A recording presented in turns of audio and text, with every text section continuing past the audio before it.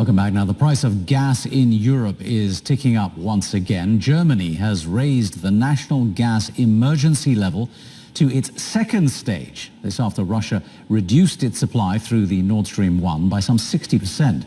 The second stage level indicates authorities see a substantial deterioration in the supply situation, but they maintain that that can be dealt with.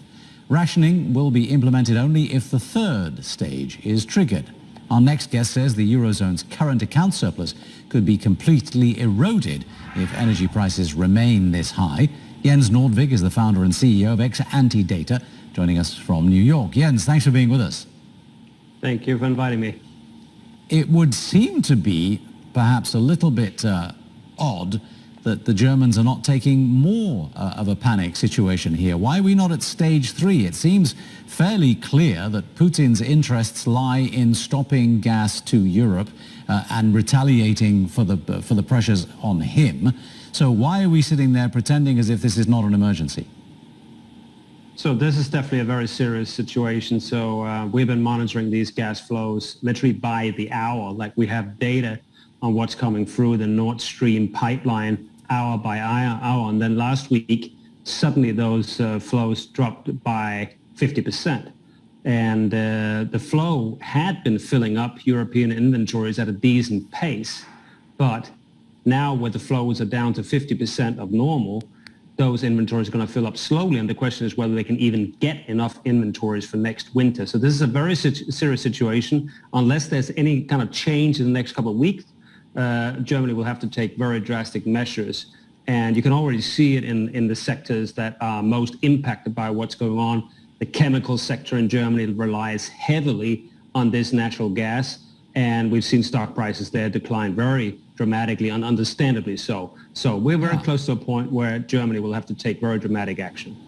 Well, like I say, we're at national gas emergency level 2, which suggests that they think the situation can be dealt with. Is that a rational way to approach the problem that you've just outlined? I think it's just a matter of how long the supplies stay at this very subdued level. If they stay at this subdued level for a multi-week period, it's clear that they will take much more dramatic action. I think they're hoping that this is a temporary situation. The Russians have used a kind of excuse that this is kind of a maintenance situation. So maybe they're hoping that there's going to be some dialing back up the flow. But this is a highly uncertain situation. Obviously, we have literally a war going on in Europe, right? So this is not something we're used to dealing with.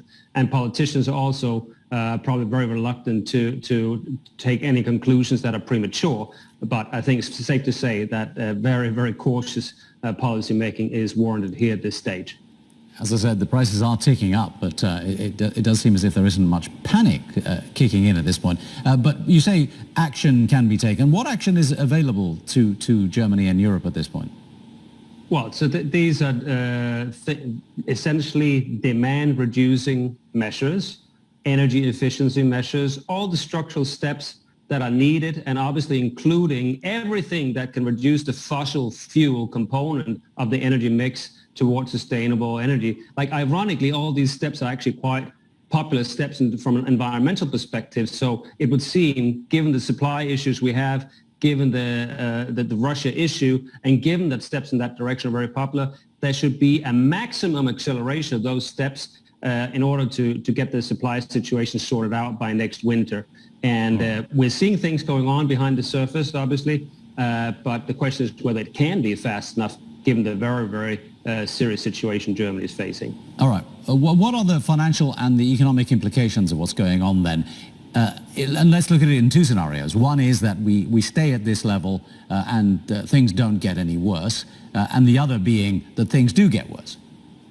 Yeah, so at these prices, essentially the current account surplus that the Eurozone has had for a multi-year period is going to almost entirely evaporate. So we're going to go from a current account surplus in the 3% area down towards very close to zero, right? So that's a chart that is on the screen there. That's a very, very dramatic change. That's a key reason why the euro is trading so weak, close to 105, even if the ECB is gearing up for dramatic rate hikes. Like in the past, ECB getting ready to hike, the euro would have had a very dramatic appreciation. And because of this problem in the current account, that is not playing out in this cycle. Okay. In the other scenario you're commenting on, okay. in the other scenario you're commenting on, the question is whether we're not going to only have the price effects, but literally entire industries shutting down, right? So Germany has a large chemicals industry. If they can't get the gas supplies reliably to Germany, they will have to really reconsider whether they produce in Germany. That's when you get to a much more serious situation with a very dramatic hit to German GDP. That's on top of these current account dynamics. That would be something that the ECB would have a very hard time dealing with, together with the inflation challenge that they're facing right now. So what are the trading implications of this? What are the investment implications here? How would you advise strategically people to approach this?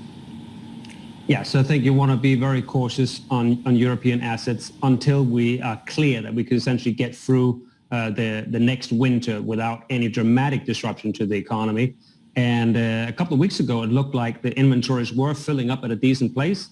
And now, just because of this dramatic shift in the Russian supplies that we saw last week, that is now totally up in the air. So you want to be very cautious. Obviously, there's a global dynamic going on where we have risk aversion as well.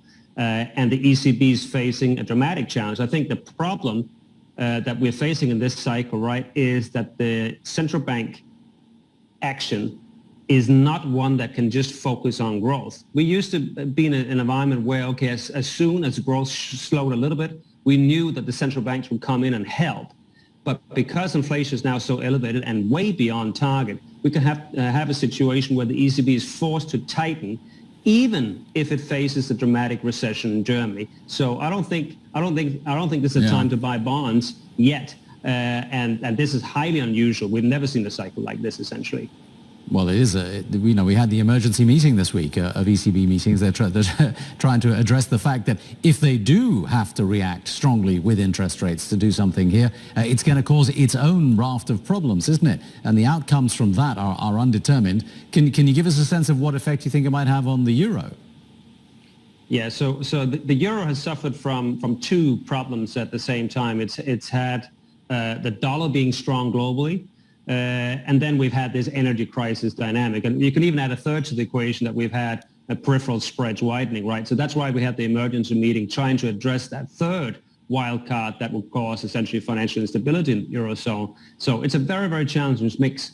You could even argue that this is essentially the very first inflation challenge that the ECB really has since the euro was created in 1999. They've never really had inflation that was dramatically above target before. This is the first test for them. We'll see how serious it is. Is the euro going to be a soft currency, or is it going to be a currency that's hard like the Deutschmark was and the Swiss franc is right now? Big test for the ECB. Indeed. Jens, thanks very much indeed for talking to us this morning. Thank you. Jens Nordvig of Ex-Ante Data.